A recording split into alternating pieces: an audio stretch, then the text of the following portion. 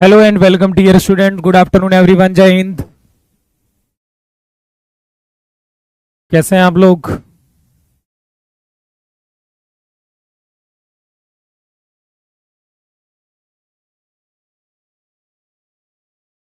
चलिए फिर स्टार्ट करें।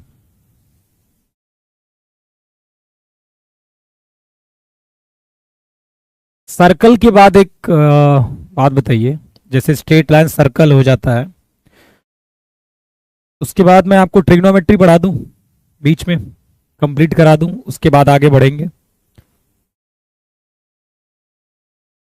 बताइए। सर्कल पढ़ाने के बाद ट्रिग्नोमेट्री करवा दूं मैं?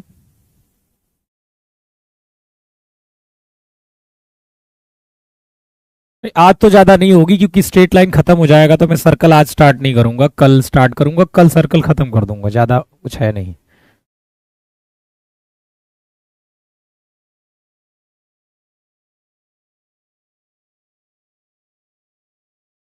या फिर वेक्टर थ्री डी बताइए। स्ट्रेट लाइन सर्किल के बाद क्या हम वेक्टर थ्री डी पढ़ सकते हैं? एक मिनट मुझे सोचने दो। किसी और का रोल? वेक्टर थ्री डी पढ़ सकते हैं, मुझे नहीं लगता किसी का रोल होगा थ्री डी में। स्ट्रेट लाइन सर्कल, हाँ वेक्टर थ्री डी पढ़ सकते हैं।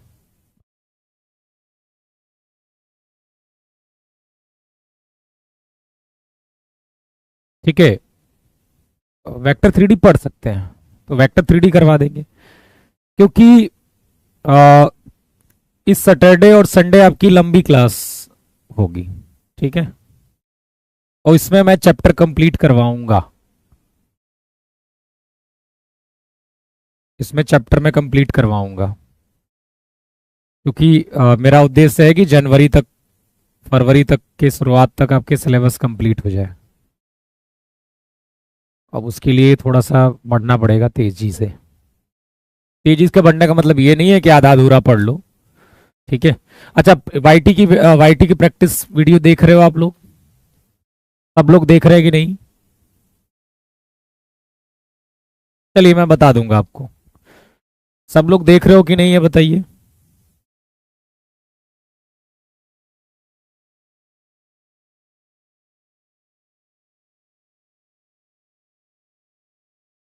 प्रैक्टिस क्लास वाईटी की देख रहे हो आप लोग? सब लोग स्ट्रेट लाइन की देखी है आप लोगों ने? हाँ, कॉम्प्लेक्स वाला करवा दूंगा, जो बचा वाला टॉपिक है वो तो करवा ही दूंगा मैं।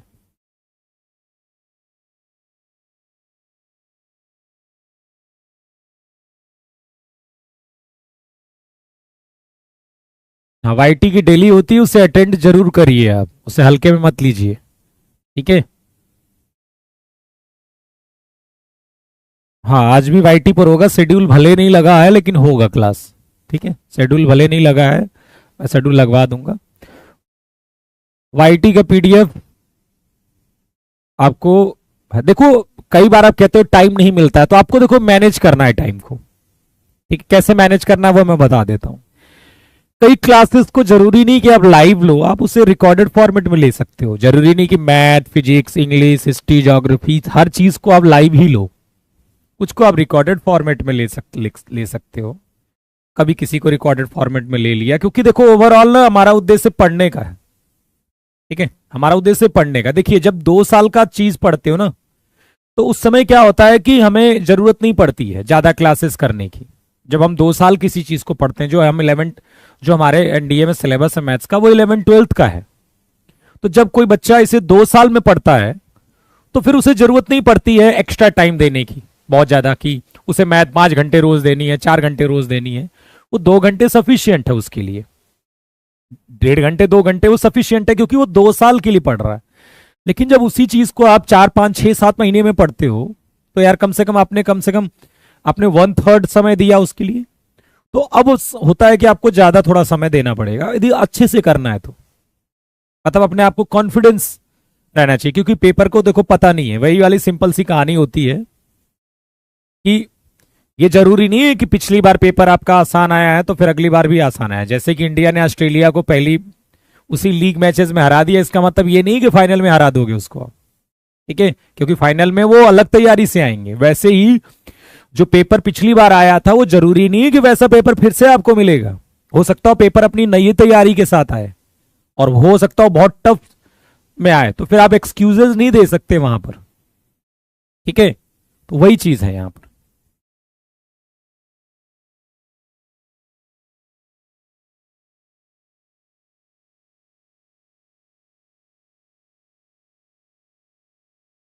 चलिए फिर ठीक है।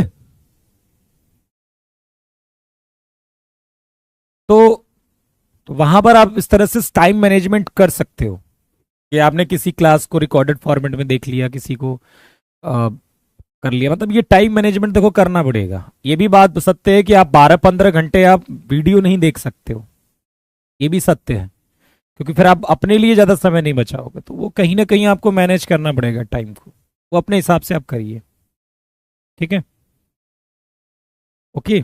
और मैथमेटिक्स जितने आप क्वेश्चंस करोगे, मैं आपको आज एक पीवाईक्यू विदाउट आंसर की स्ट्रेट लाइन की दे दूंगा और एक डीपीपी दे दूंगा विथ आंसर की। ठीक है, क्वेश्चन करते रहिए, क्वेश्चंस करते रहिए, दिमाग खुलता रहेगा आपका। ठीक है, इसके अलावा नहीं। और वाईटी की वीडियो को मिस मत करिए, 2 लेक्चर स्ट्रेट लाइन के हो चुके हैं, अच्छे अच्छे क्वेश्चंस कराएं, आपके कॉन्सेप्ट भी रिवाइज होते रहेंगे। आज पीवाईक्यू करवाऊंगा उसमें। ठीक है, चलिए इस क्वेश्चन को देखते हैं ध्यान से।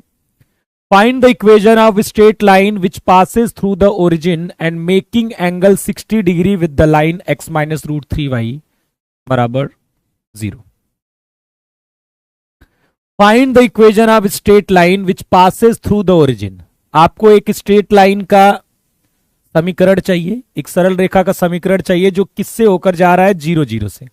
मतलब एक पॉइंट तो पता है भाई, लाइन की इक्वेशन निकालना है तो मुझे पॉइंट तो पता है कि वो पॉइंट क्या है, 0 0 है। ठीक है, ये पॉइंट मुझे पता चल गया। अब मुझे जरूरत क्या है, पॉइंट पता चल गया और मुझे लाइन की इक्वेशन चाहिए, तो मुझे जरूरत क्या है, उसके स्लोप की। क्योंकि जैसे ही मुझे स्लोप मिल जाएगा, मैं y माइनस 0 बराबर m x माइनस 0 लगा दूंगा। ठीक है, मैं ये लगा दूंगा और मुझे क्या आ जाएगा, लाइन की इक्वेशन। अब कंडीशन क्या दी गई इस पर देखते हैं। ठीक है, देखो, find the equation of straight line which passes through origin. जो क्या कर रहा है, ओरिजिन से पास कर रहा है, मूल बिंदु से 0 0 से। एंड अब देखो स्लोप नहीं दिया है, स्लोप के लिए नई कहानी बना दी है उसने। And making angle 60 degree with the line this.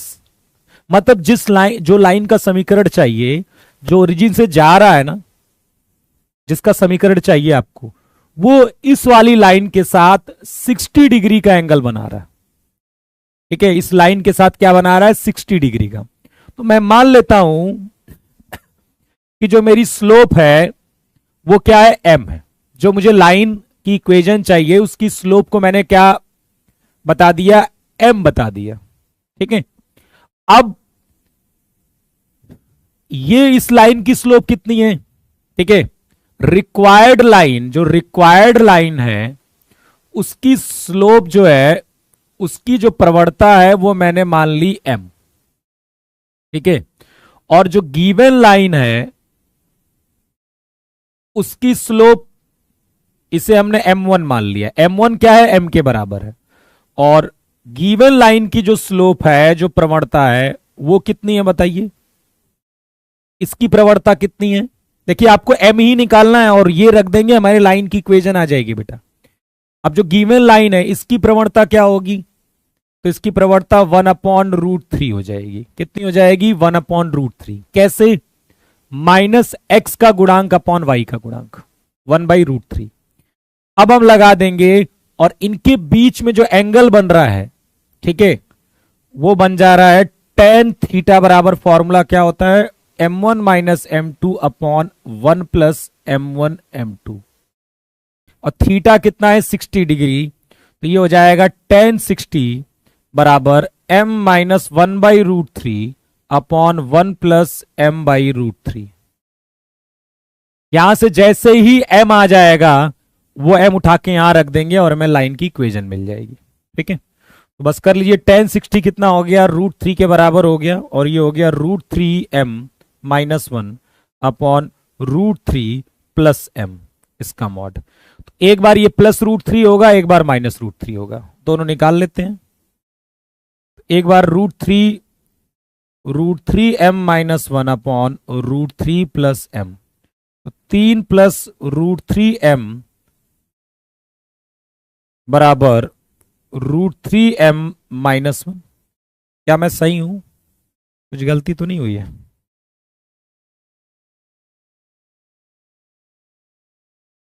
यहां से तो मिलेगा नहीं, ये तो इनवैलिड हो गया।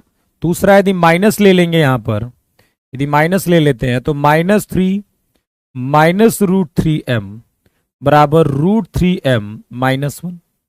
ये हो जाएगा -2 बराबर 2√3m।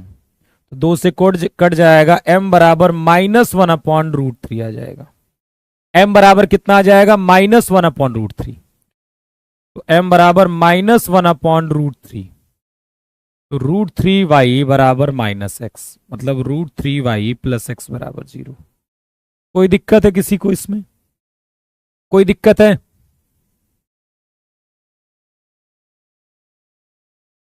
m बराबर -1/√3 आया, कोई दिक्कत है इसमें?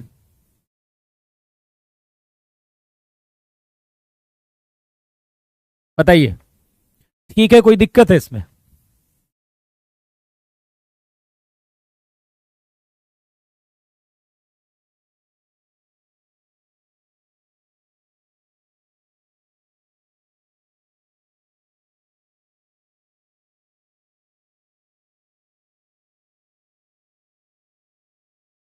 जल्दी बताइए, m की वैल्यू -1/√3 आएगी कि नहीं?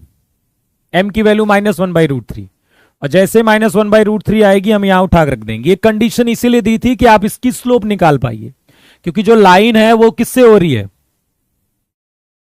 जो लाइन है वो तो 0 0 से पास कर रही है, तो 0 0 से पास कर रही है, तो एक पॉइंट तो मिल गया मुझे, उसकी स्लोप की जरूरत थी। अब दिया था कि ये जो लाइन है वो इसके साथ 60 डिग्री का कोण बना रही है, तो जो हमारी जो लाइन है उसकी स्लोप m है, और जो दूसरी लाइन है उसकी स्लोप 1/√3 है, और इनके बीच में एंगल क्या है? 60 डिग्री लगा दिया। ये -√3 आया बेटा, मैं आपको बता चुका हूं कि मॉड x यदि k के बराबर है तो x की वैल्यू k भी होगी और x की वैल्यू -k भी होगी। लेकिन जब x की वैल्यू मैंने यहां पर इसकी वैल्यू √3 करी है तो फिर ये इनवैलिड हो गया, ये पॉसिबल नहीं है। लेकिन -√3 हो सकता है। यार वही तो, आप मॉड का कॉन्सेप्ट पढ़े नहीं हो बेटा क्या? मॉड x k के बराबर है तो x की वैल्यू k होती है, x बराबर -k होती है। तो इसका मॉड यदि √3 के बराबर है तो अंदर वाली वैल्यू √3 होगी, अंदर वाली वैल्यू -√3 होगी। जब अंदर वाली वैल्यू √3 हुई तो इनवैलिड हो गया, पॉसिबल ही नहीं है। लेकिन अंदर वाली -√3 हम भी लिख सकते हैं उसे।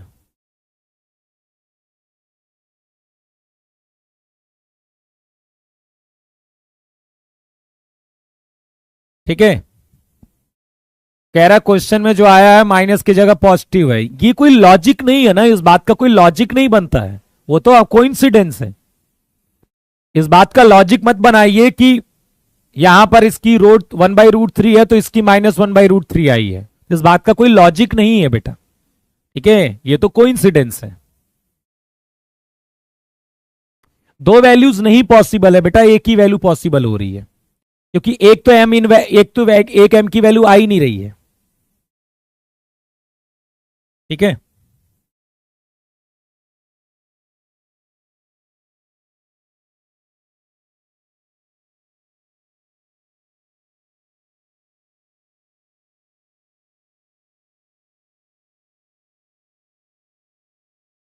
एक बार ये देख लेना कि सही है कि नहीं है। 2/3, ठीक है। चलिए, कोई दिक्कत है? जो नए हैं वो प्लीज, अभी उन्हें समझ में तो वैसे भी नहीं आएगा, यदि पुराने सब कुछ पढ़ के रखे हैं तभी समझ में आएगा ना बेटा। अब बताइए, समझ में आ गया ये कॉन्सेप्ट क्या था, ये क्या बोला गया था? स्लोप आपको डायरेक्ट निकालना, देखिए स्लोप जो था उसी के लिए कहानी ये रची गई थी। हमें लाइन की इक्वेशन चाहिए थी जो कि ओरिजिन से होकर जा रही थी, तो पॉइंट तो मुझे पता था, मुझे इस लाइन की स्लोप मिल जाती तो मैं y - y1 बराबर mx - x1 लगा दूं।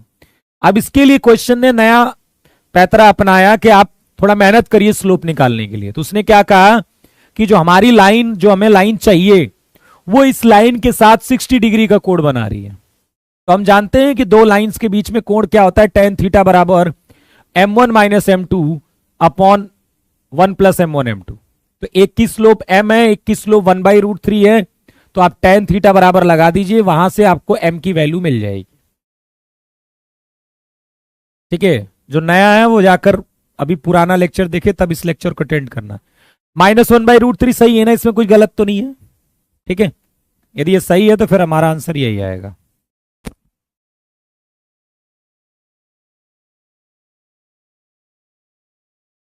चलिए इस क्वेश्चन को देखते हैं। अ vertex of an equilateral triangle is 2,3। एक वर्टेक्स जो है इक्विलेटरल ट्राइंगल का वो क्या है, 2,3 है, and the equation of the opposite side is x plus y बराबर 2। चलिए एक मान लेते हैं, एक मैंने इक्विलेटरल, एक समबाहु त्रिभुज ले लिया और इसका एक वर्टेक्स मैंने 2,3 ले लिया।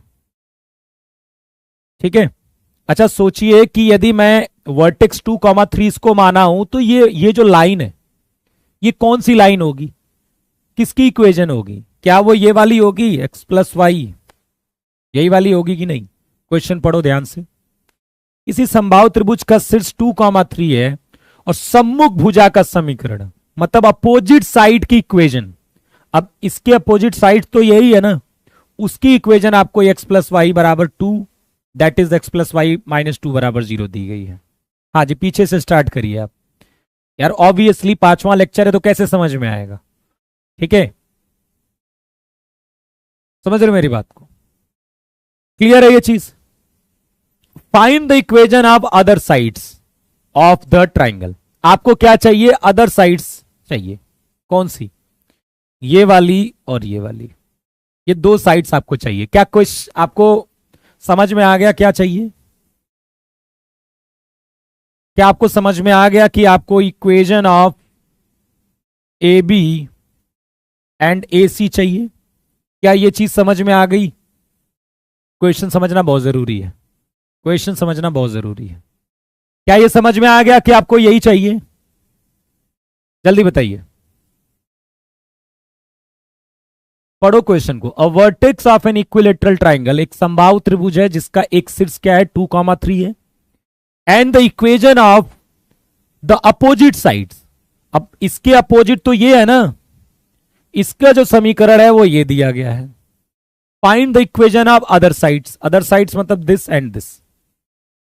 अब सिंपल सी बात हमें समझ में आएगी, ठीक है, कि यदि मुझे इस ए बी की इक्वेशन चाहिए तो यार या तो कोई मुझे बी पॉइंट दे दे, क्योंकि एक पॉइंट तो पता है मुझे, ये इस लाइन के केस में भी पता है, इस लाइन के केस में भी पता है, दोनों लाइनों के केस में मुझे ये पता है।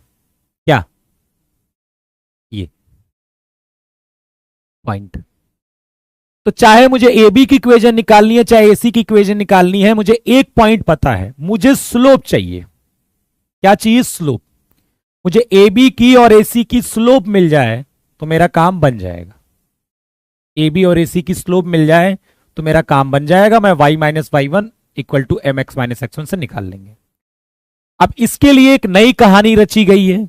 वो क्या रची गई है? क्योंकि इक्विलेटरल ट्राइंगल है तो ये एंगल 60 डिग्री होगा, ये एंगल भी 60 डिग्री होगा, ठीक है, ये एंगल भी 60 डिग्री होगा। अब आपको क्वेश्चन समझ में आ रहा होगा। यदि मैं कुछ देर के लिए इसकी स्लोप को m मान लूं, इसकी स्लोप को m मान लूं, तो फिर से मैं वही वाला फॉर कॉन्सेप्ट लगाऊंगा कि इन दोनों लाइंस के बीच में एंगल 60 डिग्री बन रहा है, तो फिर ये वाली इसकी स्लोप मुझे मिल जाएगी। तो क्योंकि angle between A B and B C वो कितना है आपका? 60 डिग्री है, तो मैं लगा देता हूं tan 60 equal to mod of m1 minus m2 m minus, इसकी स्लोप कितनी आ जाएगी? इसकी स्लोप कितनी आएगी? -1। इसकी स्लोप कितनी आएगी? -1। माइनस एक्स का कोफिशियंट अपॉन वाई का कोफिशियंट, माइनस एक्स का गुणांक अपॉन वाई का गुणांक, -1। तो m1 माइनस m2, तो m+1 हो जाएगा अपॉन 1 प्लस m1 m2, मतलब 1 माइनस m का मॉड। और tan 60 क्या हो जाएगा, √3। तो मैंने क्या बताया था, एक बार प्लस के साथ होगा, एक बार माइनस के साथ होगा ये, ठीक है। एक बार प्लस के साथ ओपन कर देते हैं अंदर वाली वैल्यू, कितनी हो जाएगी, √3 माइनस √3m बराबर m+1। √3 m बराबर यहां हो जाएगा √3 -1 अपॉन √3 + 1। स्पेस कम है, आगे लिख देता हूं मैं, कितना आ जाएगा यहां से, √3 -1 अपॉन √3 + 1। एक तो m की वैल्यू ये आ जाएगी, तो एक तो m की वैल्यू ये मिल गई। दूसरी जब निगेटिव के साथ रखेंगे, तो जब -√3 रखेंगे, अंदर वाली वैल्यू को -√3 रखेंगे। अब ये मत कहना कि कैसे, अभी बताया मैंने कुछ देर पहले, -√3 + √3m बराबर m+1, ठीक है। तो √3 -1 m बराबर √3 + 1, m बराबर आ जाएगा √3 + 1 अपॉन √3 - 1। अब मुझे बताएंगे कि ये दो वैल्यू क्यों आई है, दो m की वैल्यू क्यों आई है, क्योंकि बेटा ये वाला यदि 60 डिग्री बना रहा है तो ये भी तो 60 डिग्री बना रहा है।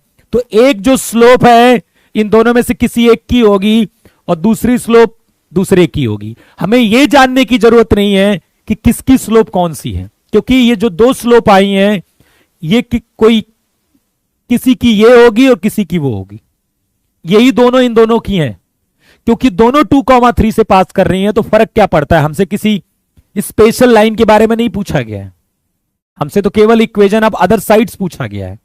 तो एक बार मैं ये वाला पॉइंट लूंगा, ये स्लोप लूंगा, एक बार मैं ये वाला पॉइंट लूंगा, ये स्लोप लूंगा, और क्या इस्तेमाल करूंगा, y - y1 बराबर mx - x1, और मुझे दोनों इक्वेशंस मिल जाएंगी। क्या बात मेरी समझ में आई आपको, क्या बात समझ में आ गई। अरे भैया बड़ा सिंपल सा क्वेश्चन है यार, हमें एक पॉइंट दिया था और जिससे लाइन पास कर रही थी, मुझे इन दोनों की इक्वेशन चाहिए, तो इसकी स्लोप की जरूरत थी। मुझे पता था इनके और इनके बीच में एंगल 60 डिग्री है, मैंने एंगल 60 डिग्री का फॉर्मूला लगा दिया, इसकी स्लोप को मैंने m मान लिया। यहां से m की दो वैल्यूज आई हैं, क्योंकि ये वाला यदि 60 डिग्री बना रहा है तो ये भी तो 60 डिग्री बना रहा है, तो इसीलिए m की दो वैल्यूज आई हैं, ठीक है। क्यों मैंने एक बार √3 लिया है, क्यों -√3 लिया है, ये भी आप कॉन्सेप्ट जानते हो कि जैसे मॉड x बराबर यदि k के बराबर है तो अंदर वाली वैल्यू एक बार प्लस के होगी और अंदर वाली वैल्यू एक बार माइनस के होगी, ये भी आप बात जानते हो। इसीलिए इस अंदर वाली वैल्यू को एक बार √3 लिया और इस अंदर वाली वैल्यू को एक बार -√3 लिया। क्लियरली बात समझ में आ गई आपको कि नहीं, बताइए, क्लियर है। चलेगी बेटा इंग्लिश की क्लास, मंडे से पक्का चलने लगेगी।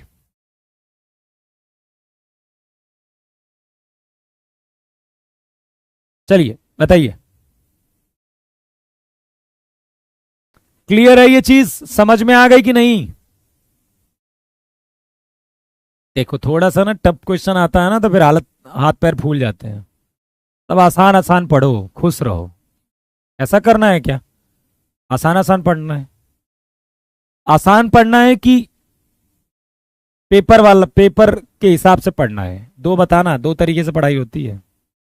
एक वो पढ़ाऊं मैं जो तो तुम्हें अच्छा लगे, और एक वो पढ़ाऊं जो अच्छा लगे भी और ना भी अच्छा लगे, लेकिन पढ़ना तो दोनों है। बताओ, दो तरह की पढ़ाई होती है। छोटा छोटा क्वेश्चन कराएं, लूसेंट वाली बुक जैसा। हम्म।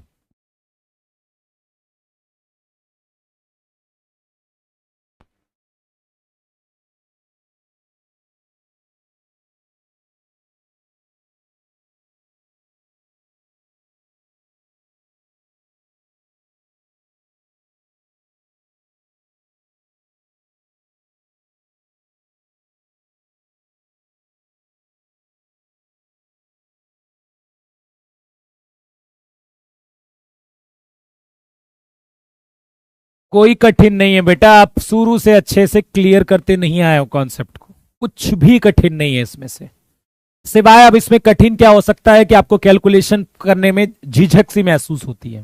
मुझे पता है कई बच्चों को कैलकुलेशन करने में झिझक होती है क्योंकि वो नहीं करना चाहते हैं कैलकुलेशन, उन्हें चाहिए बड़ी आसानी से आंसर आ जाए। ये गलत, ये दृष्टिकोण छोड़िए, ठीक है, ये दृष्टिकोण छोड़िए। ओके,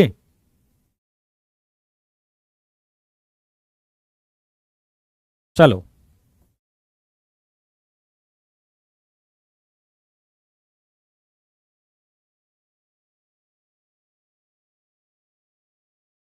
चलिए अब हम देख लेते हैं पोजीशन ऑफ पॉइंट।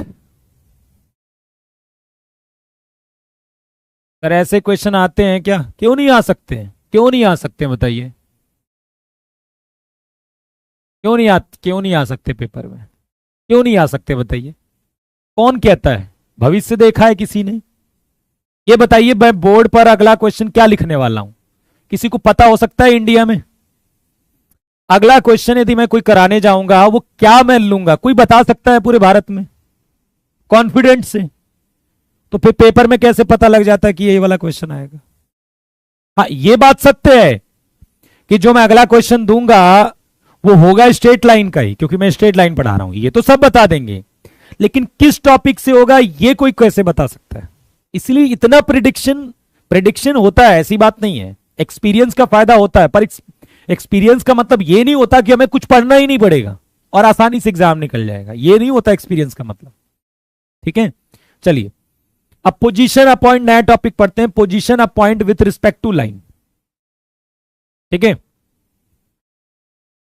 जैसे कि मान लीजिए कल मैंने आपको यूट्यूब पर इस पर एक क्वेश्चन भी कराया था, वहां पर भी मैंने कॉन्सेप्ट बता दिया था हल्का फुल्का। तो जैसे मान लीजिए आपके पास लाइन दी गई है a x plus b y plus c बराबर 0, ये आपके पास लाइन दी गई है। अब देखिए जो पॉइंट है वो, जैसे मान लीजिए यहां पर P1 और P2 दो पॉइंट है, P1 पॉइंट क्या है x1 y1 और P2 पॉइंट क्या है x2 y2।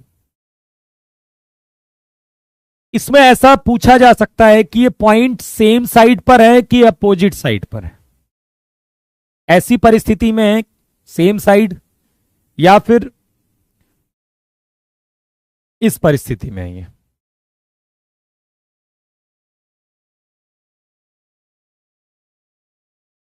कैसी पोजीशन पर है, ठीक है। यदि वो सेम साइड पर होंगे तो a x one plus b y one plus c, इस क्वांटिटी को मैं P मान लेता हूं, P नहीं है, इस माल क्वांटिटी को मैं T मान लेता हूं, into a x two plus b y two plus c.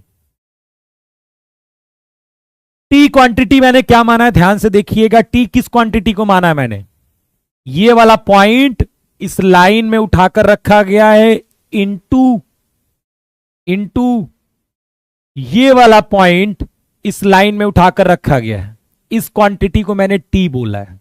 T किसको बोला है, ध्यान से सुनिए, इस वाले पॉइंट को इस लाइन में, इस x plus b y plus c इतने पार्ट में उस एक्स और वाई कोऑर्डिनेट को डाल दिया गया है, फिर इनटू किया गया, फिर ये वाला भी इसके अंदर डाल दिया गया, इस क्वांटिटी को टी बोला है। अब टी यदि पॉजिटिव होगा तो फिर ये सेम साइड पर लाई करेंगे। अब टी पॉजिटिव क्या होगा, कब होगा, जब या तो दोनों पॉजिटिव होंगे या तो दोनों नेगेटिव होंगे। तो ऐसा भी बोल सकते हो आप कि यदि ये वाला प्लस साइन का आ रहा है और दूसरा वाला भी प्लस साइन का आ रहा है तो ऑटोमेटिक उनका प्रोडक्ट भी पॉजिटिव होगा, और दोनों प्लस के आ रहे हैं मतलब सेम साइड के हैं। दोनों निगेटिव आ रहे हैं तो भी वो दोनों सेम साइड के हैं। यदि एक डालने पर प्लस आ रहा है और दूसरा डालने पर निगेटिव आ रहा है तो पक्का है कि अपोजिट साइड्स पर होंगे, और ऐसा हो रहा है तो फिर ये टी पक्का है कि निगेटिव होगा। उस केस में ये जो टी क्वांटिटी होगी वो क्या होगी, निगेटिव होगी। क्या होगी, टी क्वांटिटी निगेटिव होगी। समझ रहे हो मेरी बात को भाई? आपने ये वाला पॉइंट उठा के इस लाइन में डाला, ये वाला पॉइंट उठा के इस लाइन में डाला, और दोनों प्लस प्लस के आ गया तो दोनों माइनस माइनस के आ गए, तो फिर टी पॉजिटिव वाला केस आएगा कि नहीं? उस केस में सेम साइड की। और मान लो आपने पॉइंट डाला और एक पॉजिटिव आ गया एक निगेटिव आ गया, तो पक्का है कि वो टी निगेटिव वाला केस आएगा, और उस केस में ये क्या होंगे? अपोजिट साइड्स के होंगे। तो ये क्या हो गया? केस अपोजिट साइड्स का, अपोजिट साइड्स का हो गया खेल। बोलिए क्लियर है ये चीज? क्लियर है? अब जल्दी से बताइए फिर इसका जवाब। Are the points this and this same और opposite sides to the line? ये जो पॉइंट है 3,-4 और 2,6, इस लाइन के, लाइन क्या है? 3x - 4y - 8 = 0। इसके ये दोनों पॉइंट अपोजिट साइड के हैं कि सेम साइड पर है? तो आपको क्या करना है? आपको वो टी क्वांटिटी निकालनी है। क्या निकालनी है? T quantity. कैसे मिलेगी? ये वाला पॉइंट उठा के इतने में डालना है, तो डालिए 3 × 3 -4 × -4 -8 इंटू 2,6 डाल दीजिए, 3 × 2 -4 × 6 -8। तो देखो ये हो जाएगा 9 + 16 - 8। तो देखो ये तो पॉजिटिव आ गया, और ये कितना आ जाएगा? ये नेगेटिव आ गया। तो अपोजिट हो जाएंगे ना, ये पॉजिटिव आ रहा है, ये नेगेटिव आ रहा है, तो ऑब्वियसली एक पॉजिटिव एक नेगेटिव, तो फिर अपोजिट। और वैसे भी कह सकते हो कि टी नेगेटिव आएगा, यहां पर टी क्या आएगा? नेगेटिव आएगा, तो ये क्या हो जाएंगे? अपोजिट साइड पर हो जाएंगे। क्या हो जाएंगे? अपोजिट साइड्स पर। क्लियर है ये बात? ठीक है, दोनों विपरीत दिशा में हो जाएंगे। तो इसमें कोई बहुत बड़ी चीज है नहीं, इस कॉन्सेप्ट में सीधा सीधा कॉन्सेप्ट है। आई होप आपको क्लियर होगा। ठीक है, चलिए अब थोड़ा सा देखिए, आपको एक 2 डिग्री इक्वेशन मिलेगी। अब हम पढ़ने जा रहे हैं पेयर ऑफ स्ट्रेट लाइन। क्या पढ़ने जा रहे हैं? Pair of straight line. ठीक है, मैं आपको एक 2 डिग्री इक्वेशन देता हूं। एक इक्वेशन इस फॉर्मेट की, ax² + by² + 2hxy + 2gx + 2fy + c = 0। ये आपके पास क्या है? एक 2 डिग्री की इक्वेशन है। कभी मान लो ऐसी इक्वेशन दी जाए और ये बोला जाए कि क्या ये pair of straight line represent करता है? क्या इसके अंदर 2 स्ट्रेट लाइन है? क्या ये 2 स्ट्रेट लाइन का प्रोडक्ट लिखा हुआ है? क्या दो सरल रेखाओं का गुणनफल लिखा हुआ है? क्या? ठीक है, देखिए ये वाली इक्वेशन कुछ भी हो सकती है। सर्कल भी हो सकती है, पैराबोला भी हो सकती है, इलिप्स भी हो सकती है, हाइपरबोला भी हो सकती है, सब कुछ हो सकता है। और ये 2 स्ट्रेट लाइन का प्रोडक्ट भी हो सकता है, जिसे पेयर ऑफ स्ट्रेट लाइन बोलेंगे। रेखा युग्म, क्या ये रेखा युग्म को निरूपित करता है? क्या इसमें 2 स्ट्रेट लाइन छिपी हुई हैं? ये भी आपसे एग्जाम में पूछा जा सकता है। तो जब भी इस तरह की आपको समीकरण देखने को मिलेंगे, इतना लंबा सा एक्सप्रेशन, और ये कहा जाए कि क्या ये पेयर ऑफ स्ट्रेट लाइन को रिप्रेजेंट करता है, क्या ये 2 रेखाओं के युग्म को निरूपित करता है, क्या इसमें 2 रेखाएं छिपी हुई हैं, 2 सरल रेखाएं, उस केस में आपको एक क्वांटिटी निकालनी होगी डेल्टा। और वो डेल्टा क्या होगा? ABC + 2FGH -AF² -BG² -CH²। यदि ये डेल्टा क्वांटिटी 0 हो जाए, यदि ये डेल्टा क्वांटिटी 0 हो जाएगी, तो आप कहोगे कि ये क्या है? पेयर ऑफ स्ट्रेट लाइन है। ये क्या है? पेयर ऑफ स्ट्रेट लाइन है, पेयर ऑफ स्ट्रेट लाइंस। ये क्या कर रहा है? सरल रेखा को निरूपित करता है, सरल रेखा युग्म। युग्म को निरूपित करता है,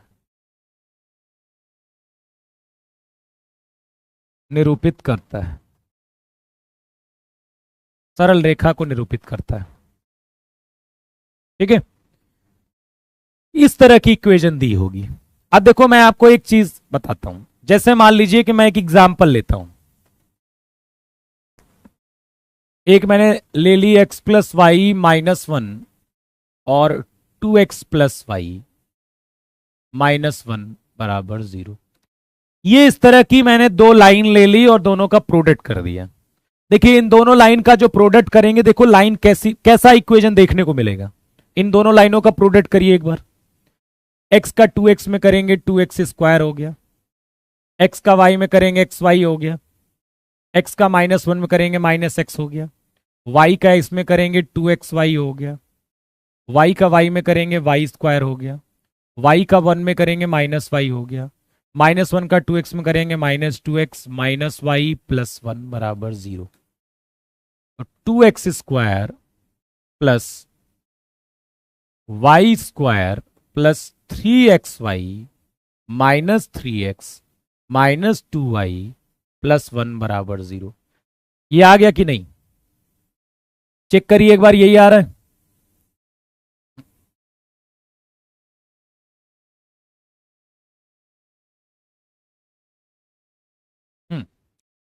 देखिए इस टाइप का एक इक्वेशन आ गई, इस टाइप की क्या आ गई? इक्वेशन आ गई। अभी तो मैंने क्या किया है, दो लाइन अपने मर्जी से माना है और इनका इंटू करके लिख दिया है।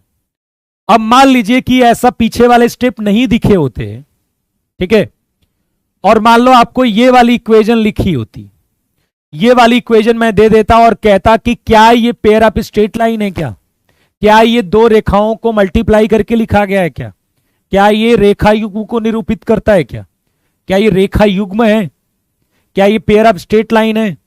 तो आपको क्या करना होगा, इसको तुलना करना होगा किससे? वो जो 2 डिग्री इक्वेशन मैंने बनाई है, x square plus b y square plus 2hxy plus 2gx plus 2fy plus c, इससे आपको तुलना करनी है। a कितना आ जाएगा 2, b कितना आ जाएगा 1, h कितना आ जाएगा तुलना करने पर? 2h यदि 3 के बराबर होगा तो h कितना आ जाएगा 3/2, 2g यदि -3 के बराबर होगा तो g कितना आएगा -3/2, 2f यदि 2 के बराबर होगा तो f कितना आएगा -1 और c बराबर कितना आ गया 1। मैंने आपसे क्या बताया था कि ये वाली equation pair of straight line तभी रिप्रेजेंट करेगी जब ये delta quantity a b c plus 2fgh minus AF square minus BG square minus CH square ये क्या हो जाए? 0 हो जाए। जब ये डेल्टा क्वांटिटी क्या हो जाए? 0 हो जाएगी।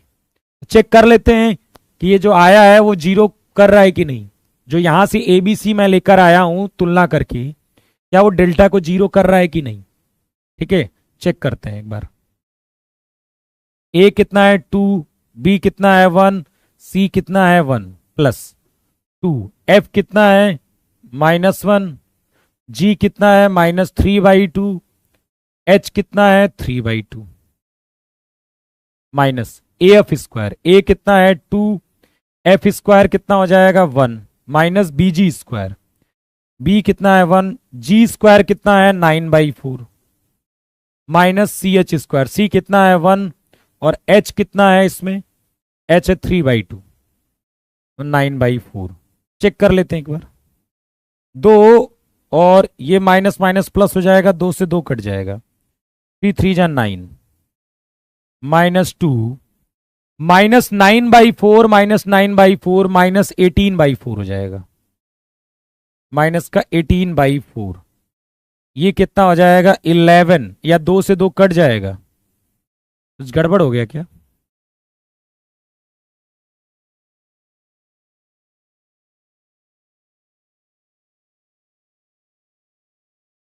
एक मिनट।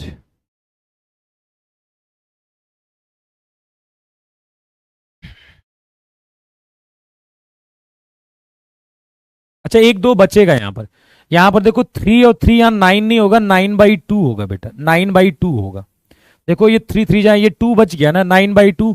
और ये भी देखो 9/2 आएगा, 2 से कटेगा तो ये 0 आ गया। तो डेल्टा 0 प्रूफ हो गया कि नहीं? डेल्टा 0 प्रूफ हो गया। तो आप देखिए ये वाला आपका पेयर, ये पता चल गया कि ये पेयर ऑफ स्ट्रेट लाइन को रिप्रेजेंट कर रहा है। कैसे पता चल गया? क्योंकि इससे मैंने इस इक्वेशन से तुलना करके मैंने एबीसी निकाल लिया, एबीसी एफजीएच निकाल लिया। और मुझे पता है कि ये straight line, pair of straight line तभी रिप्रेजेंट करेगा जब ये डेल्टा क्वांटिटी 0 होगा, और वो डेल्टा क्वांटिटी 0 प्रूफ हो गया। तो इससे ये प्रूफ हो गया कि ये वाली जो लाइन है वो pair of straight line represent कर रही है, एक रेखा युग्म को निरूपित कर रहा है। समझ में आ गई बात? ओके। तो बड़ी सिंपल सी चीज है, पर आपको ये बस वैल्यू याद करनी है कि आपको कभी भी लंबा सा एक्सप्रेशन आएगा तो उसकी तुलना किससे करोगे? आप इससे करोगे। तुलना करके आपको a b c f g h निकालना है और इस डेल्टा क्वांटिटी में रख के देखना है। यदि डेल्टा 0 हो गया तो पेयर ऑफ स्ट्रेट लाइन होगा, डेल्टा 0 नहीं हुआ तो फिर बात की बात है, वो आगे हम करेंगे डिस्कशन। चलिए, क्लियर है ना? इसमें कोई बहुत बड़ी चीज तो है नहीं। अब हम पढ़ते हैं कि स्ट्रेट लाइन जो ओरिजिन से पास कर रही है, जो ओरिजिन से पास करने वाली स्ट्रेट लाइन है, उनकी पेयर ऑफ स्ट्रेट लाइन कैसे बनेगी। तो देखिए, ओरिजिन से लाइन जो पास करती है उसकी इक्वेशन y बराबर mx होती है, लेकिन मुझे 2 लाइन चाहिए, इसलिए m1x और y बराबर m2x। ये 2 स्ट्रेट लाइन है और ये क्या कर रही है? ओरिजिन से पास कर रही है। ठीक है, तो इसको कैसे लिखेंगे? y माइनस m1x बराबर 0, y माइनस m2x बराबर 0। ठीक है, अब इनसे पेयर ऑफ स्ट्रेट लाइन की इक्वेशन बनानी है, तो हम दोनों लाइनों का मल्टीप्लाई कर देता हूं मैं आपस में।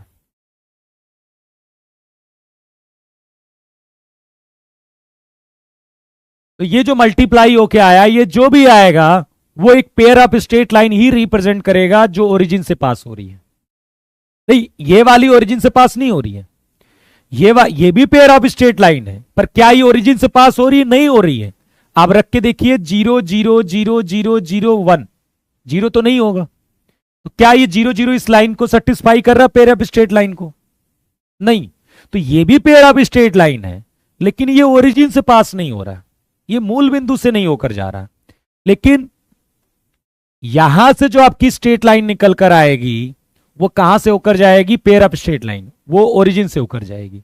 तो कर लीजिए मल्टीप्लाई, क्योंकि जिन दो हम स्ट्रेट लाइन का इसमें मल्टीप्लाई लिखा गया है वो दोनों ओरिजिन से होकर जा रही हैं। y का y में हो गया y square, y m2x minus y m1x plus m1 m2 x square बराबर 0। ठीक है, तो कितना हो गया? m1 m2 x square minus का xy m1 प्लस m2 प्लस वाई स्क्वायर बराबर 0। और इसको यदि हम लिख दें ax square plus 2hxy plus by square बराबर 0। मैंने इसको क्या कर दिया? एक फॉर्म में लिख लिया। ठीक है, ये जो देखो, अब क्या ये pair of straight line represent कर रहा है? क्या ये pair of straight line represent कर रहा है? क्यों नहीं कर रहा? और किससे पास कर रहा है? ओरिजिन से। देखिए 0 0 इसको सेटिस्फाई कर रहा है। यहां देखो x बराबर 0 0 रखिए, एक्स वाई बराबर 0 0 इसको सेटिस्फाई कर रहा है। ठीक है, अब ध्यान से देखिए मैंने क्या किया है, m1 प्लस m2 माइनस का, ठीक है, मैंने 2h किसको माना है? ध्यान से देखिए 2h किसको माना है? लेकिन इसमें मुझे थोड़ा सा डिवाइड करना पड़ेगा ना,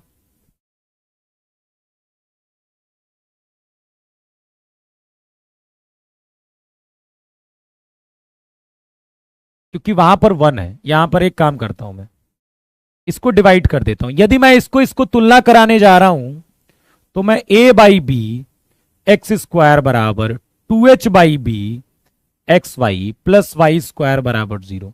यदि मैं तुलना कराऊं, ठीक है, यदि मैं तुलना कराऊं तो ध्यान से देखिए, इस समय M1 M2 की वैल्यू कितनी है? M1 M2 की वैल्यू A अपॉन बी है, ध्यान से देखिएगा। और XY हटा दीजिए तो देखो माइनस का M1 प्लस M2 जो है वो है 2H अपॉन बी, मतलब M1 प्लस M2 क्या हो जाएगा? माइनस का 2H अपॉन बी। तो क्या समझ में आया? यहां से क्या रिलेशन निकल के आया मैं बता देता हूं। जब भी आपको इस टाइप की इक्वेशन लिखी होगी, x square plus b y square plus 2HXY, यहां कैपिटल बी कर लेता हूं मैं, कैपिटल बी कर लेता हूं मैं, यहां कैपिटल बी कर लो, 2H अपॉन कैपिटल बी। जब भी आपको इस तरह की इक्वेशन लिखी होगी तो आप समझ जाइएगा ये पेयर ऑफ स्ट्रेट लाइन है, पेयर ऑफ स्ट्रेट लाइन है। इस तरह की इक्वेशन, कौन सी पेयर ऑफ स्ट्रेट लाइन? जो ओरिजिन से होकर जा रही है। जो कहां से होकर जा रही है? ओरिजिन से, मूल बिंदु से होकर जा रही है। ठीक है, यहां पर अब मूल बिंदु से होकर जा रही है और ये पेयर ऑफ स्ट्रेट लाइन है, तो दो लाइन है तो दोनों की स्लोप भी होगी, तो दोनों की स्लोप का प्रोडक्ट यदि निकालना है तो वो सीधे A अपॉन बी करके मिल जाएगा, और दोनों की स्लोप का सम चाहिए तो -2H अपॉन बी करके मिल जाएगा, ये फॉर्मूले से। ठीक है, तो मैंने क्या कहा कि मैं ये पता कर रहा था कि देखो ये भी पेयर ऑफ स्ट्रेट लाइन दिख रही है लेकिन ओरिजिन से नहीं पास कर रही है, लेकिन मैं ऐसी पेयर ऑफ स्ट्रेट लाइन पता करने की कोशिश कर रहा था जो मूल बिंदु से होकर जाती है। तो इसके लिए मैंने क्या किया कि दो स्ट्रेट लाइन मैंने लिखा जो ओरिजिन से होकर जा रही है, दोनों को मल्टीप्लाई कर दिया, तो मैंने देखा वो इस फॉर्मेट की आ रही है लाइन। अब इस फॉर्मेट की आ रही है तो दो लाइंस हैं तो उनका स्लोप होगा। ठीक है, तो उन स्लोप का जो सम आएगा वो -2H अपॉन बी करके आ जाएगा। ठीक है, और उन दोनों का जो प्रोडक्ट आएगा वो A अपॉन बी करके आ जाएगा। ठीक है, ओके, चलो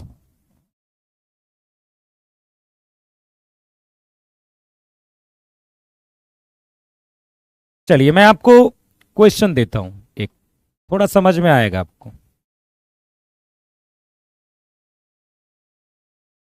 product of slopes of line represented by 6x square plus 11xy plus 3y square बराबर 0 इज -2 -1/2 1/2 और 2।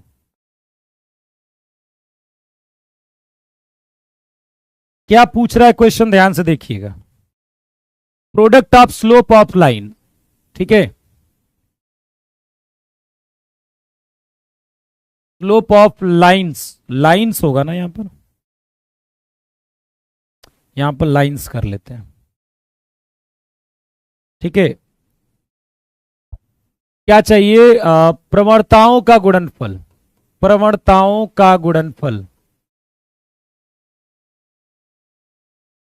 रेखाओं के प्रवणताओं का गुणनफल जो 6x square plus 11xy plus 3y square द्वारा निरूपित की जाती है। तो सिंपल है भाई, इसमें क्या है? इसमें आपकी दो स्ट्रेट लाइन है ना बेटा, आप इसकी तुलना करिए किससे? ax square plus 2hxy plus by square बराबर 0 से। तो आपको क्या चाहिए? m1 इंटू m2 चाहिए, क्योंकि इसमें दो स्ट्रेट लाइन है और ये कैसी स्ट्रेट लाइन है? पेयर ऑफ स्ट्रेट लाइन जो ओरिजिन से होकर जा रही हैं दोनों। तो m1 इंटू m2 क्या होता है? a अपॉन बी होता है। a अपॉन बी, a कितना है? 6 और b कितना है आपका? 3, तो कितना हो जाएगा? 2। और यहीं पर यदि मुझसे m1 प्लस m2 पूछता तो हम करते -2h अपॉन बी। ठीक है, तो 2h कितना है आपका 11 है, तो माइनस का 11 अपॉन बी कितना आ जाता 3, तो माइनस का 11/3 होता। क्योंकि इसकी तुलना करते, यदि हम इसकी तुलना कर रहे हैं इससे, तो देखो 2h का मान कितना आ जाएगा आपका 11 आ जाएगा। कोई बड़ी चीज नहीं है, कोई कंफ्यूजन का कोई मतलब ही नहीं है। कि कभी भी आपको इस तरह की इक्वेशन दी होती है और ये पूछ देगा कि जो इसके अंदर दो लाइंस हैं उनकी समाप, जो उनकी लाइंस हैं तो उनकी जो स्लोप्स हैं उनका सम चाहिए, उनका प्रोडक्ट चाहिए, तो सिंपल इस फॉर्मूले से आप निकाल सकते हो। आपको अलग अलग लाइन पता करने की जरूरत नहीं है, ठीक है। चलिए,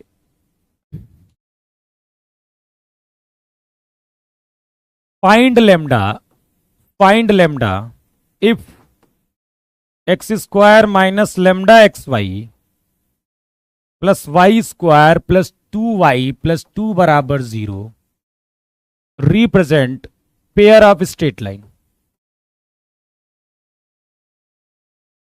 ठीक है, रेखा युग्म को निरूपित करता है। 1/√2 √2 2√2 नन।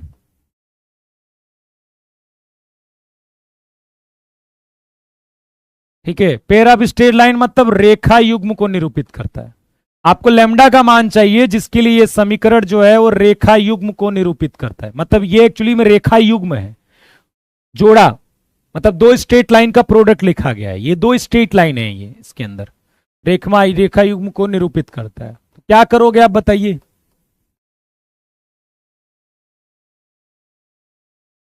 क्या करोगे जल्दी बताओ।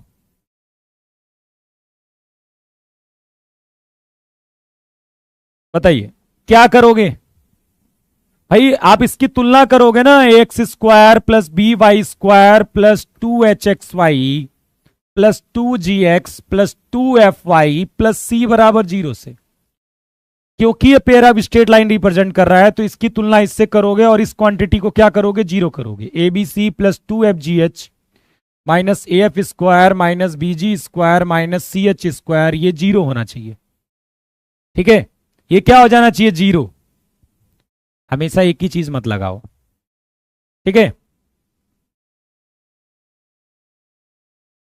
तो a b c plus 2fgh minus f square minus b g square minus c h square क्या हो जाएगा? 0 के बराबर होना चाहिए, क्योंकि ये pair of straight line represent कर। तो आप देखिए, तुलना करिए, ए का मान कितना आ रहा है, इसको इससे तुलना करोगे, ए का मान 1 आ गया। बी कितना है आपका? बी आपका 1 आ गया, बी आपका 1 आ गया। 2h जो है वो माइनस लेमडा के बराबर है। ध्यान से देखिए, 2h(x(y) माइनस लेमडा xy के बराबर है, तो 2h किसके बराबर होगा? माइनस लेमडा के बराबर होगा। तो 2h क्या है? माइनस लेमडा, तो h हो जाएगा माइनस का लेमडा/2। h कितना हो जाएगा? माइनस लेमडा/2। और देखिए, कहीं पर 2gx वाला टर्म ही नहीं है तो g बराबर 0 हो जाएगा। भाई x का कोई टर्म ही नहीं है इसमें, y का टर्म है, तो 2f जो हो जाएगा वो 2 के बराबर हो जाएगा। 2f 2 के बराबर हो जाएगा तो f हो जाएगा 1 के बराबर। ठीक है, और c बराबर कितना आ जाएगा? कांस्टेंट। c बराबर कितना आ जाएगा? 2। बस रख दीजिए फॉर्मूले में क्या आ रहा है, फॉर्मूले में रख दीजिए एबीसी मतलब 1 × 1 × 2 प्लस, क्योंकि देखो g आपका 0 है तो ये टर्म भी बेकार हो गया, माइनस ए एफ स्क्वायर। ए कितना है? 1। एफ स्क्वायर मतलब कितना? एफ 1 है तो 1 हो जाएगा। g 0 है तो फिर ये तो बेकार हो गया, माइनस सी एच स्क्वायर। सी कितना है? 2। और एच स्क्वायर मतलब λ²/4 बराबर 0। तो ये हो गया 2 - 1 माइनस का λ²/2 बराबर 0, तो लैम्डा बराबर ±√2। B is the correct answer. भाई बता चुके फॉर्मूला क्या लगा है यार, क्योंकि ये pair of straight line represent कर रहा है तो डेल्टा 0 होना चाहिए ना, ये क्वांटिटी 0 होनी चाहिए। अब इस क्वांटिटी में ये जो एबीसी है वो कहां से मिलेगा? एफजीएच वो ये मिलेगा कि इसकी तुलना आप इससे करोगे, इसकी तुलना इस इक्वेशन से करके ABCFGH निकाल दोगे, यहां उठा के रख के 0 कर दोगे।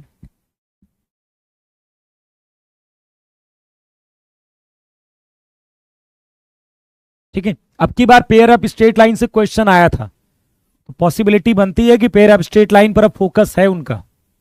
ठीक है, कम आए क्वेश्चन लेकिन इस बार आया था क्वेश्चन, तो पॉसिबिलिटी बनती है कि वो पेयर ऑफ स्ट्रेट लाइन पर फोकस करेंगे। ठीक है,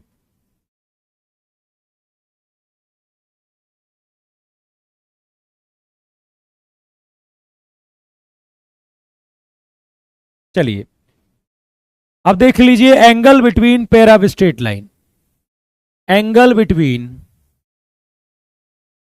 पेयर ऑफ स्ट्रेट लाइन।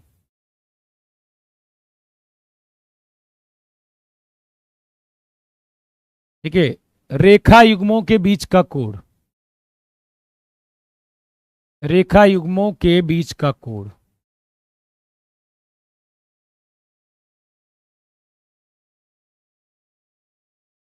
अब मान लीजिए कोई पेयर ऑफ स्ट्रेट लाइन आपको दी गई है, तो अब या तो आप दो स्ट्रेट लाइन पता कर लीजिए, यदि दो स्ट्रेट लाइन वो नहीं पता कर पाते हो, आप डिफ्रेंशिएट नहीं कर पाते हो, क्योंकि आपने यदि डिफ्रेंशिएट आसानी से कर लिया कि वो जो पेयर लिखा गया है, जो लंबा सा एक्सप्रेशन लिखा हुआ है, वो किन दो स्ट्रेट लाइन का पेयर है वो, तब तो फिर आप उनके बीच में एंगल निकाल लोगे, लेकिन ये इतना आसान काम नहीं होता।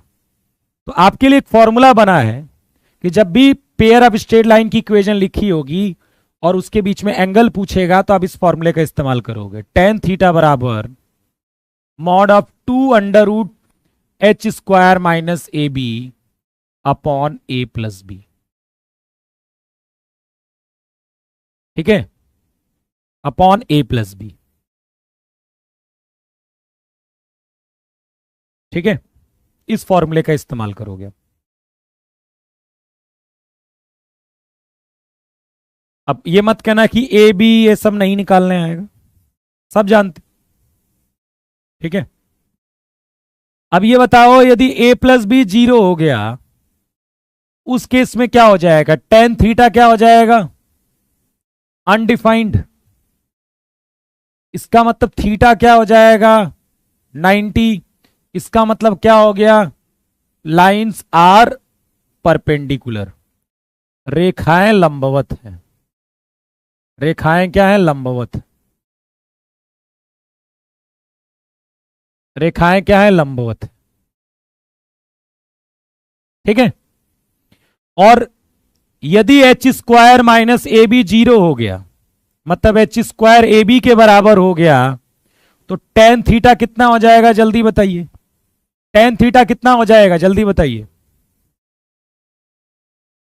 tan थीटा कितना हो जाएगा, 0 ना। तो यहां से थीटा कितना आ जाएगा, 0। थीटा 0 होने का मतलब है कि lines are parallel, lines are parallel, रेखाएं क्या हैं, समांतर हैं, रेखाएं क्या हैं, समांतर हैं। ओके, रेखाएं क्या हैं, समांतर हैं। सही, कोई दिक्कत है,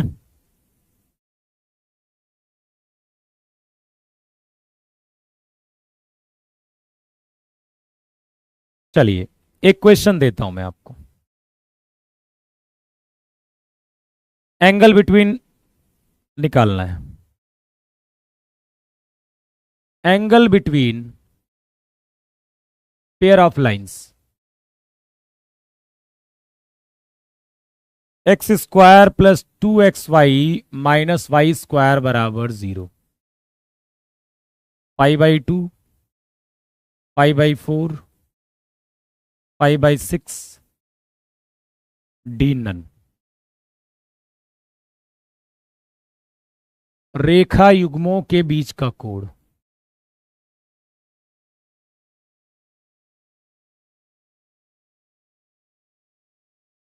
कितना हो जाएगा, जल्दी बताइए। ये आपको मैंने इक्वेशन दे दी और आपको चाहिए angle between pair of lines, तो tan थीटा बराबर क्या करोगे आप, 2√h² minus AB upon A plus B। ध्यान से देखिए यहां पर A 1 है, H आपका कितना है, H भी 1 है और B क्या है, -1 है। ध्यान से देखिए A प्लस B यहां पर 0 हो रहा है, और a प्लस बी जीरो होने का मतलब टेन थीटा क्या हो गया, अनडिफाइंड। और टेन थीटा अनडिफाइंड मतलब थीटा क्या आ गया, 90 डिग्री। तो इनके बीच का एंगल कितना हो जाएगा, 90 डिग्री। नहीं आएगा, जल्दी बताओ।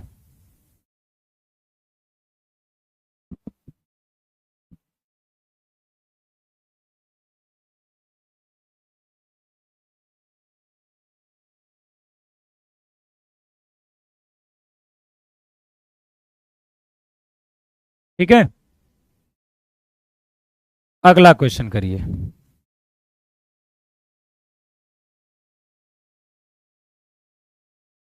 Angle between straight lines x square minus y square minus 2x plus 1 बराबर 0 इज 36 डिग्री, 60 डिग्री, 75 डिग्री और डी 90 डिग्री। चलिए जल्दी बताइए।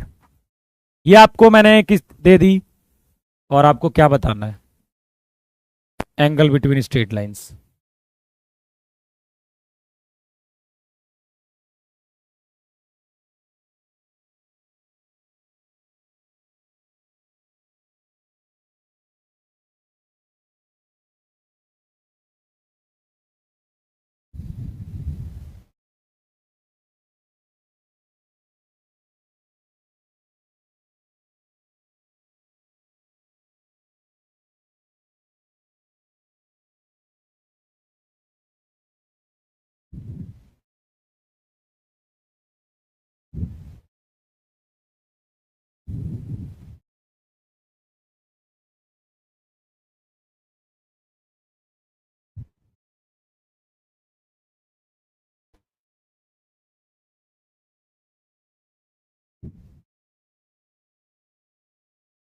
क्या हो जाएगा इसमें, यहां पर भी a प्लस बी जीरो है। यहां भी देखिए a आपका 1 है, b आपका -1 है, h आपका -1 है। ठीक है, तो आपको बस इतना देख लीजिए a प्लस बी जीरो आ रहा है यहां पर भी, तो क्या हो जाएगा 90 डिग्री। बाकी नहीं आता है तो आप, जरूरी नहीं कि हमेशा 90 ही आएगा, तो फिर आपको इस फॉर्मूले का इस्तेमाल करना होगा। ठीक है, तब आपको h क्वांटिटी ढूंढनी होगी। h क्वांटिटी क्या होगा, एक्स वाई। जैसे यहां पर h कितना आया था, h आया था -1, तो उस फॉर्मूले में h और ए बी का ही रोल है, तो आप एच ए बी निकाल लेना, आ जाएगा। ठीक है। हम्म, तो यहां पर ठीक है, चलिए एक और टॉपिक, एक आध चीज और मैं बता दे रहा हूं। Line equation of x axis क्या होता है, ये बताइए, इक्वेशन ऑफ एक्स एक्सिस और इक्वेशन ऑफ वाई एक्सिस क्या होता है। ये चैप्टर लगभग कंप्लीट हो गया, कुछ बचा नहीं इसमें। इक्वेशन ऑफ वाई एक्सिस क्या हो गया, equation of line parallel to x axis, equation of line parallel to y axis. X x का समीकरण, एक्स एक्स का समीकरण क्या होता है, एक्स एक्स का समीकरण जो होता है वो वाई बराबर क्या होता है, जीरो होता है। एक्स एक्स का समीकरण क्या होता है, वाई बराबर जीरो। एक्स एक्सिस पर क्या होता है, वाई बराबर जीरो होता है। सर एच इक्वल टू -2 है बेटा, 2h(x(y), थोड़ा ध्यान से समझो, 2h(x(y), 2h(x(y) माइनस, अच्छा यहां पर x है केवल क्या, तो h तो जीरो है ना, यहां पर h जीरो था वहां पर, ये एक्स वाई का टर्म तो है नहीं, h तो जीरो है, सॉरी h यहां पर जीरो है, एक्स वाई का टर्म थोड़ा ना, तो x का है, h यहां पर जीरो है। ठीक है, h जीरो बेटा, 1 नहीं है, h जीरो है। देखो ये कोई एक्स वाई का टर्म तो नहीं, तो केवल x का है। इक्वेशन ऑफ वाई एक्सिस क्या हो जाएगा, x बराबर जीरो। वाई एक्सिस पर पूरा क्या होगा, एक्स कोऑर्डिनेट जीरो होगा। और equation of line parallel to x axis, x x के समांतर, रेखा का समीकरण। तो एक्स एक्स के समांतर रेखा का समीकरण क्या होता है? वाई बराबर कांस्टेंट। वाई बराबर क्या होता है? कांस्टेंट। और वाई एक्स के समांतर रेखा का समीकरण क्या होता है? एक्स बराबर कांस्टेंट। वाई एक्स के समांतर रेखा का समीकरण क्या होता है? एक्स बराबर कांस्टेंट। ठीक है। तो वाई एक्सिस के पैरेलल का क्या मतलब क्या हो गया? ये वाई एक्सिस है, इसके पैरेलल कोई भी लाइन है, इस पूरे लाइन पर एक्स क्या होगा? कांस्टेंट होगा। और कौन सा होगा? यही वाला होगा। यदि ये पॉइंट 2,0 है तो यहां पर पॉइंट 2,y1 होगा, यहां पर 2,y2 होगा। हर जगह एक्स कोऑर्डिनेट आपका 2 ही रहेगा, क्योंकि वाई एक्सिस के parallel x constant, x axis के पैरेलल वाई कांस्टेंट। ये चैप्टर हो गया खत्म। ओके, आज की क्लास इतनी ही रहेगी आपकी। ठीक है। अब मैं आपको अभी 10-15 मिनट के अंदर आपको एक तो पी वाई क्यू देखने को मिलेगा विदाउट आंसर की, इसे सॉल्व करिए। आंसर की कल मिलेगी आपकी इसकी स्ट्रेट लाइन। तो अब क्वेश्चन आप लगाएंगे, उसके बाद ही मैं इसकी प्रैक्टिस कराऊंगा। पहले आप खुद लगाइए और उसके बाद एक डीपीपी मिलेगी विथ आंसर की।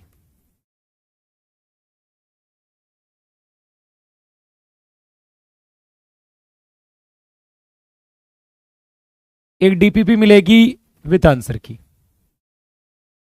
ठीक है, अभी 10-15 मिनट में आपको ये मिल जाएगा, तो इनको लगाइएगा।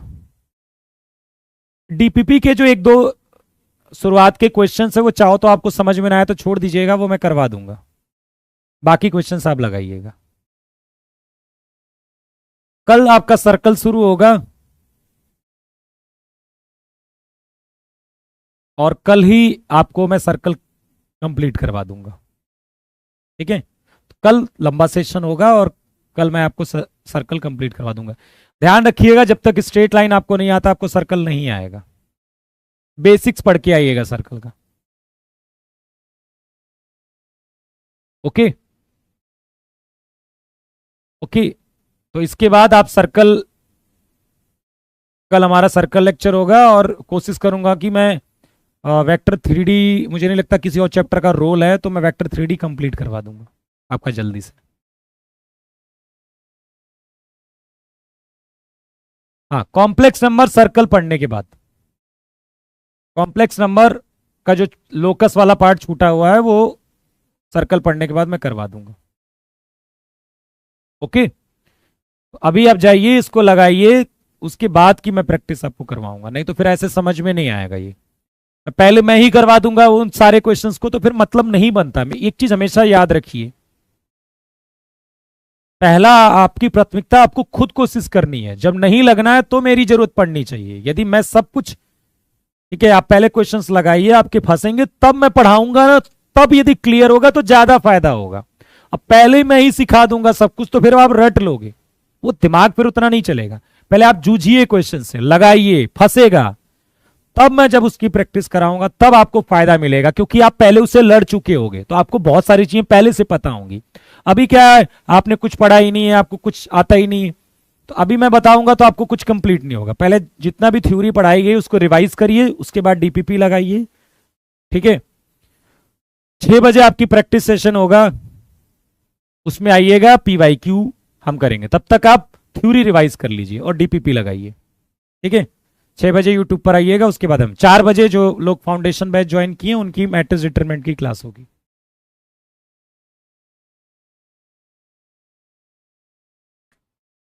ठीक है, चलिए, धन्यवाद।